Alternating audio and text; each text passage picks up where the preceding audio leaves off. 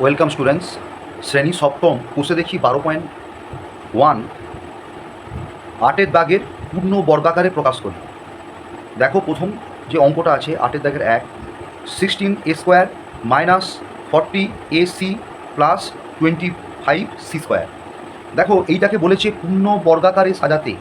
দেখো এই যে এর গঠনটা দেখে মনে হচ্ছে, দেখো এটা এটা কী হবে 16 মানে কি 16 যদি আমি বর্গমূল করি তাহলে 16a² আছে, 16-র বর্গমূল কী হবে 4, a² কী হবে 4a তার হোল স্কোয়ার।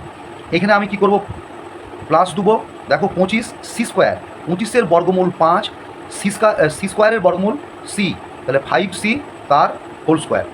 আচ্ছা যদি দেখো এই অঙ্কটার সূত্রটা কি না, এই সূত্রে এটা হবে a² minus 2ab plus b²। এই সূত্রে এইটা আছে। দেখো সূত্রটা কী হবে a মাইনাস বি তার হোল স্কোয়ার। তাহলে এই a মাইনাস বি তার হোল স্কোয়ারে আমাকে নিয়ে যেতে হবে। এখানে বলেছে পূর্ণ বর্গাকারে প্রকাশ করি। a মাইনাস বি মানে তার হোল স্কোয়ার মানে কি a মাইনাস বিকে a মাইনাস বি দিয়ে গুণ করা। দেখো এখানে কি আছে মাইনাস হবে। এবার দেখো এখানে 2 একটা আসবে, এখানে 4a, এটা মানে হচ্ছে a, এই যে a মানে এর জায়গায় কী লিখবো 4a লিখবো। আচ্ছা ইনটু এই যে b এর জায়গায় কী লিখবো, এই যে b, এই 5c এখানে b, তাহলে এখানে কি লিখবো 5c। তাহলে সূত্র অনুযায়ী হবে কি a মাইনাস বি তার হোল স্কোয়ার মানে 4a মাইনাস 5c তার হোল স্কোয়ার। এটাই হচ্ছে পূর্ণ বর্গকারে আমি এখানে প্রকাশ করলাম। তারপরে কী আছে দেখো অঙ্ক, তারপরে আছে 4p² মাইনাস 2p প্লাস 1/4।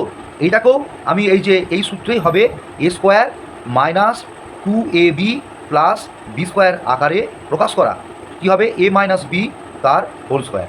দেখো এখানে 4p² মানে কি 2p, 4-এর বর্গমূল 2 আর p² হচ্ছে p, 2p², এখানে মাইনাস দিয়ে রাখবো।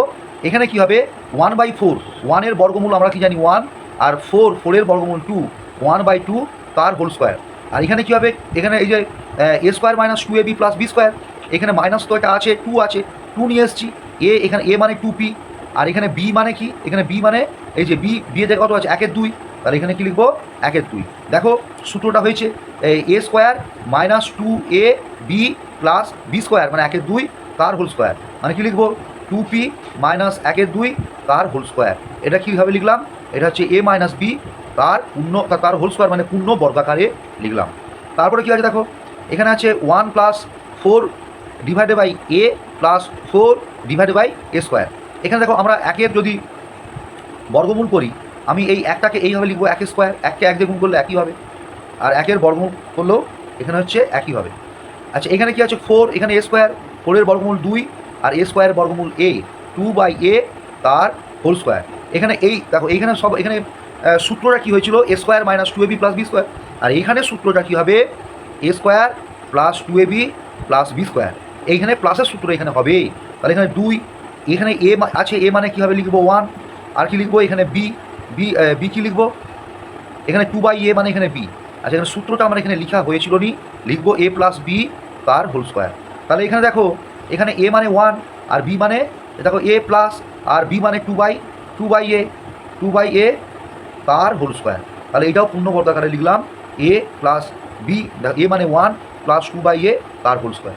ঠিক আছে, তারপরে দেখো এই 8-এর দাগের লাস্টের অঙ্ক দেখো কী আছে, এটাও সূত্র, এই সূত্রেই হবে।